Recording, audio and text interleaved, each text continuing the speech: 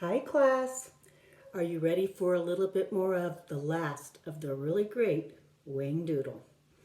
Don't forget when we left off last time, the kids were asleep and the professor told them in the morning they could go. Ready?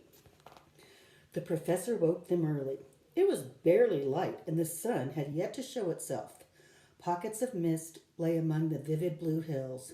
He said quietly, "It is imperative that we get through the forest of the tree squeaks before they wake up. If they see us, they'll warn the proc. Let's go. Keep very quiet." He led the way down the hill, and the wiffle bird flew onto Tom's shoulder. "Professor," whispered Ben, "there's a road just over there." The professor nodded. "Probably the main highway. What a bit of luck." The sky was beginning to redden, and the professor quickened his pace. They reached the road and discovered that it was made of shell pink flowers, clustered so tightly together that they were like a carpet. A signpost stood on a grassy bank. One arm pointed to the trees and read, "To the forest of the tree squeaks." Another arm below it pointed to the same direction. It read, "To the palace." "Not long now," the professor murmured happily. "Let's take off our shoes. We'll make less noise." The road was cool and springy beneath their feet. Tom noticed some white star-shaped blossoms growing in a hedge, with huge berries hanging beneath them. He tugged the professor's sleeve and asked if they could eat some. The professor picked a berry and tasted it. "Delicious," he pronounced. "Shut your mouth," muttered the wiffle bird. "Why did she say that?" asked Lindy. "Oh, she's just saying we must be really quiet," whispered the professor, and he handed Tom a fistful of berries. "Yes, but does she have to be so rude about it?" Lindy picked one of the berries and popped it into her mouth. By the time she reached the entrance to the forest, everyone had eaten a sumptuous breakfast. Their first impression of the forest was that it was dark and gloomy, but as their eyes adjusted to the light, they saw that it was unusually colorful. The plum-colored trees had brown, gnarled trunks. Most of them were embraced by a vivid pink ivy growing and twining around the tall columns and twisted limbs. Garlands of honey cream flowers hung from the branches, linking one tree to another. The floor was mossy and bedded with ferns the color of amethyst. Huge pearl, white, and crimson orchids grew at the side of the road, which pointed straight as an arrow into the dark interior. Then they saw the eyes. There were thousands of them, large, unblinking, tortoiseshell yellow orbs staring down from the leaves from every part of the forest. It was such a chilling sight that the professor and the children came to a complete halt. Gradually, they were able to discern the bodies of the tree squeaks, which were hanging upside down by their tails from every tree.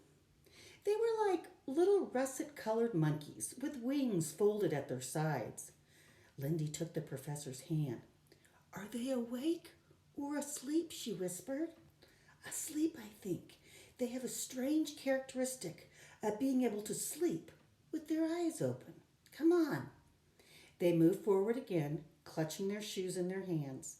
The forest was full of soft rustling sounds and an occasional tiny squeak. The professor and Lindy led the way, and with Ben and Tom and the wiffle bird bringing up the rear. Suddenly, Ben startled everyone by giving a really loud, clear hiccough. He dropped his shoes and clapped a hand across his mouth. The professor spun around. Ben's eyes were wide with horror. His shoulders heaved as he hiccuped again. The wiffle bird nervously fluffed her feathers and said, "Shut your mouth," she mumbled. "Shh, it's the professor." Everyone looked up at the tree squeaks. They hadn't moved. The professor picked up Ben's shoes and motioned to the children to follow him. They'd only gone a few more paces when Lindy made a high, squeaky sound, like a mouse, with a bad attack of sneezes. She looked panic-stricken and started to apologize, but all that came out was another squeaking hiccough. Oh, Professor, what shall I do? She could not stop. The professor hurriedly pulled up his spotted handkerchief. Lindy grabbed it and promptly dropped one of her shoes. Everyone tried to do something at once. Lindy stuffed the handkerchief into her mouth. Ben bent to pick up Lindy's shoe, still keeping one hand across his mouth. The professor caught his umbrella handle in his pocket, and Tom suddenly gave such a loud that the surprised wiffle bird took off. The professor dived for her and caught her just as she was flying past him. His umbrella and the shoes scattered in all directions. "Dear Wifflebird," he breathed, "please do not make a sound." By now, all three children were hiccoughing violently. The professor signaled for everyone to stand still, and he stroked the Wifflebird, and he looked up at the tree squeaks, and in spite of the noise, they remained undisturbed. "I'm going to tie your shoes together so you can hang them around your neck," he whispered. "That will leave your hands free to cover your mouths." And he gathered up the shoes and gave a pair to each child. "Now then, we will start again. Follow me, and please try to be quiet." At which point he gave the loudest hiccough the children had ever heard. The professor looked so startled. It was all they could do to keep from laughing. The professor lifted up a collar of his jacket and pulled the coat above his head. Muffled sounds came from beneath as he struggled to stem the attack. The children waited, twitching and shaking and trying desperately to rid themselves of their own fearful spasms of hiccuping. Presently, the professor emerged from beneath his coat. His face was beet red, and he gasped, "We should never have eaten those berries. Take a deep breath and hold it for as long as you can." The children did, and as they were told, until they thought their lungs would burst. Then carefully they exhaled. To their surprise, the hiccups seemed to have gone. They all looked at each other. Everything was silent again. Not a sound, not a single peep came from any of them. They smiled with relief. "Everybody okay now?" the professor whispered, and they nodded.